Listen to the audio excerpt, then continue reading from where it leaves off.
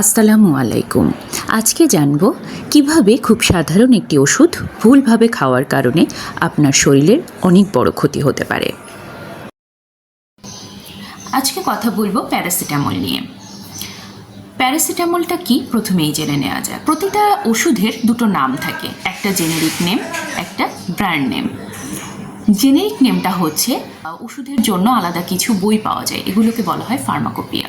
তো আমরা আজকে অত জটিল আলোচনায় না যাই, প্যারাসিটামলটা হচ্ছে ওই বই থেকে দেওয়া আর কি নাম, এটাই শুধু আপনারা জেনে রাখুন। তো প্যারাসিটামলটা হচ্ছে যে জেনেরিক নেম, আর ব্র্যান্ড নেম হচ্ছে সারা পৃথিবীতে বিভিন্ন কোম্পানি বিভিন্ন ওষুধ বাজারে বিক্রয় করে থাকে।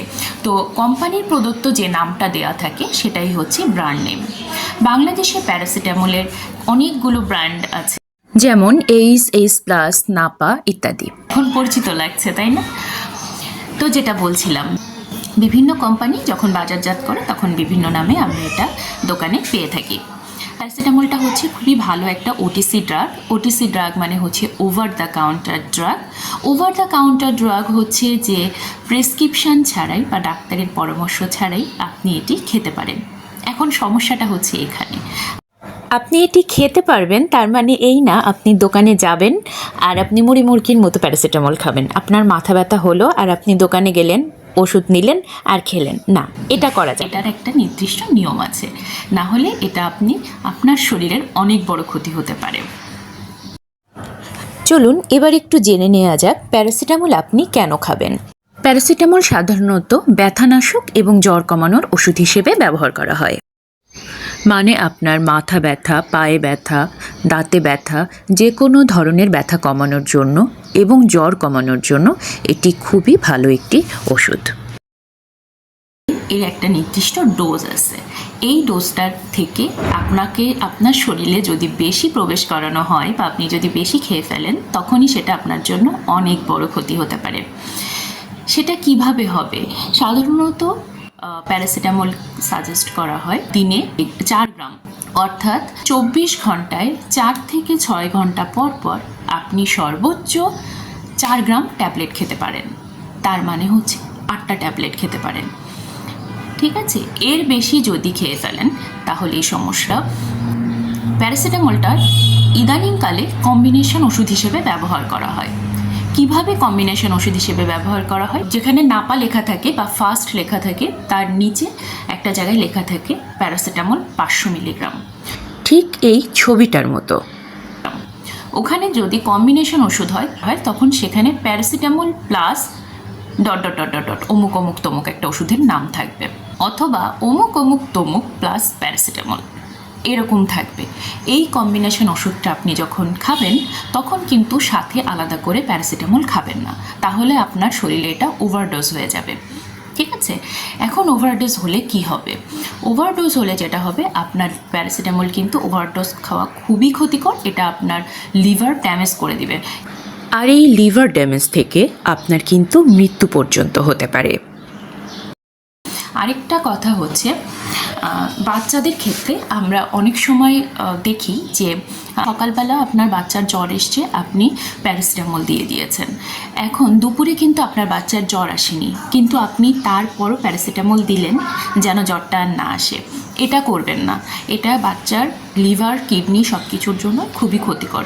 তো বাচ্চার যখন জ্বর আসবে, আপনি জ্বর মাপবেন, জ্বর মেপে যদি দেখেন বাচ্চার জ্বর 100, তখন আপনি প্যারাসিটামল দিয়ে দিবেন।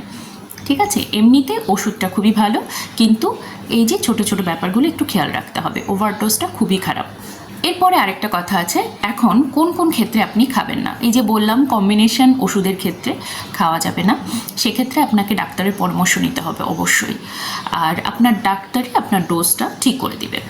তারপরে হচ্ছে আপনার কিডনি বা লিভার ডিজিজ যদি থাকে, সেক্ষেত্রে আপনি প্যারাসিটামল খেতে পারবেন না, সেক্ষেত্রে আপনাকে অবশ্যই ডাক্তারের পরামর্শ নিয়ে খেতে হবে। তারপরে যারা প্রচুর ড্রিঙ্কস করেন, মানে প্রচুর অ্যালকোহল সেবন করেন, সেক্ষেত্রেও কিন্তু প্যারাসিটামল খুবই ক্ষতিকর। প্যারাসিটামল সাধারণত খুবই ভালো একটা ওষুধ, কিন্তু তারপরও খুব কম পরিমাণ অনেক সময় অ্যালার্জিক রিয়াকশন দেখা যায়। তো সেক্ষেত্রে আপনি যদি প্যারাসিটামল খেতে থাকেন তাহলে সেটা বন্ধ করে দিবেন। কী কী রিয়াকশান? যেমন আপনার ঠোঁট, জিহ্বা, গলা এগুলো ফুলে যায়, হ্যাঁ, পরে অনেক সময় আবার অনেকের হলদেটে ভাব ধারণ করে, ব্লু কালার, নীল কালার ধারণ করে, ঠিক আছে। তারপরে অনেকের শ্বাসকষ্ট হয়। এমনিতে কিন্তু প্যারাসিটামল অনেক ভালো একটা ওষুধ, কিন্তু সবার শরীর তো আর সমান না, এজন্য কিছু অ্যালার্জিক রিয়াকশান দেখা দিতেই পারে। তবে এটা খুবই রেয়ার, খুব যে হয় এমনও না। তবুও একটু সতর্ক থাকতে হবে। যদি এমন অবস্থা তৈরি হয়ে যায় তাহলে অবশ্যই ডাক্তারের পরামর্শ নিতে হবে।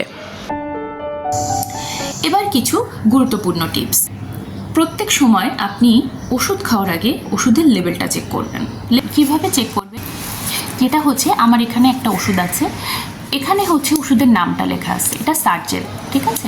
এই নামটা নিচে ছোট্ট করে একটা নাম লেখা আছে, ছোট্ট করে, এটাই হচ্ছে ওষুধের নেমটা, ঠিক আছে। এই নিচে ছোট্ট করে একটা নাম লেখা আছে, এটা হচ্ছে লেভেল।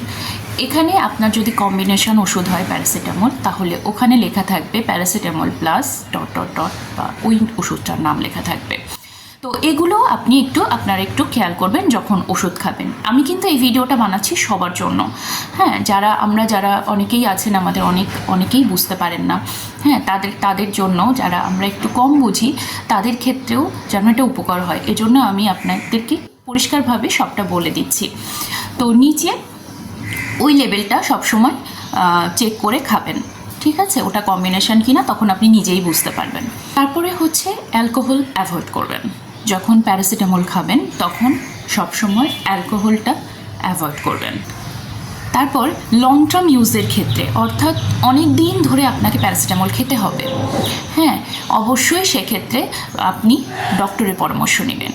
ডক্টরের পরামর্শ নিয়ে তারপর লং টার্ম ইউজের ক্ষেত্রে প্যারাসিটামল ব্যবহার করবেন। আরেকটা, যেটা আগেও আমি বলেছি, আবারও বললাম, যাদের লিভার এবং কিডনিতে সমস্যা আছে তাদের ক্ষেত্রে অবশ্যই ডাক্তারের পরামর্শ নিয়ে প্যারাসিটামল খেতে হবে। হ্যাঁ, আগে থেকেই তারা প্যারাসিটামল খেয়ে ফেলবেন না, যেহেতু এটা ওটিসি ড্রাগ, কোনো প্রেসক্রিপশন লাগে না, কোনো ডক্টরের পারমিশন ছাড়াই আপনারা খেতে পারেন। তো যাদের এই সমস্যাগুলো আছে তারা অবশ্যই ডক্টর কনসাল্ট করে তারপরে প্যারাসিটামলটা খাবেন, ঠিক আছে। তো ওষুধ যেভাবে বলা হয়েছে, ডক্টর যেভাবে সাজেস্ট করে সেভাবে খাওয়াটাই উচিত, ঠিক আছে। আমার এই ভিডিওটা আজকে এই পর্যন্তই। আপনাদের কারোর যদি কোনো প্রশ্ন থাকে কমেন্ট বক্সে জানাবেন, আমি চেষ্টা করব প্রশ্নের উত্তরগুলো দিয়ে দেওয়ার জন্য, যদি আমি জেনে থাকি। আর আমি যদি নাও জানি, আমি তার কোনো ইনফরমেশান আমি দিয়ে দিব, লিঙ্কটা দিয়ে দিব, ঠিক আছে। তো সবাই ভালো থাকবেন, সুস্থ থাকবেন। দেখা হচ্ছে পরবর্তী কোনো গুরুত্বপূর্ণ ওষুধের ভিডিও নিয়ে। আল্লাহ হাফেজ।